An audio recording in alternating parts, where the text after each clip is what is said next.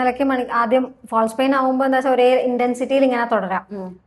ഗ്യാസിന്റെ എന്തെങ്കിലും മെഡിസിൻസ് എടുക്കുകയോ അല്ലെങ്കിൽ വയറ്റിൽ നന്നായിട്ടൊന്ന് ഒഴിഞ്ഞു പോവുകയൊക്കെ ചെയ്ത് കഴിഞ്ഞാൽ ആ ഫോൾസ് പെയിൻ അങ്ങ് മാറാനുള്ള സാധ്യതയുണ്ട്. പക്ഷെ നമ്മൾ ശരിക്കും ലേബർ പെയിനിലാണെങ്കിൽ, അതായത് നമുക്ക് പീരിയഡ്സ് ക്രാംസ് പോലെ തന്നെ സ്റ്റാർട്ട് ചെയ്യുന്നു, ബാക്കിൽ കൂടെയും സൈഡിൽ കൂടെയും വയർ കൂടെയും ഒക്കെ വരുന്നു, അടിയിലേക്ക് കൂടുതൽ പ്രഷർ വരുന്നു, അടിവയറിന് ഭയങ്കരമായ ഭാരം തോന്നുക, അതുപോലെ മൂത്രം ഒഴിക്കണം, ഇടയ്ക്കിടയ്ക്ക് മലശോധനയ്ക്കുള്ള ഒരു അങ്ങനത്തെ ടെൻഡൻസികൾ വരാം.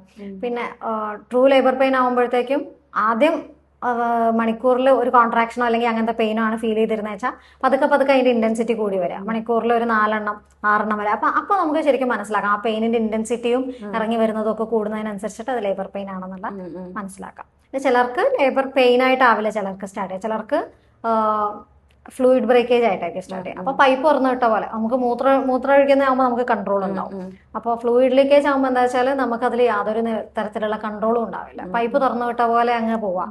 നമ്മളിപ്പോ പാഡ് വെച്ചാലും ബാത്റൂം പോയാലും ഇല്ലെങ്കിലും ഒക്കെ അതിങ്ങനെ ഒഴുകിക്കൊണ്ടിരിക്കും പാൻറ് കൂടെ. അപ്പം ഫ്ലൂയിഡ് ബ്രേക്കേജ് ആയിക്കഴിഞ്ഞാൽ അത് ലേബർ പ്രോസസ്സിലാണ് നമ്മൾ ഇമ്മീഡിയറ്റ്ലി ഏറ്റവും അടുത്തുള്ള ഹോസ്പിറ്റലിലേക്ക് എത്തിച്ചേരുക എന്നുള്ളതാണ് ചെയ്യാറുള്ളത്.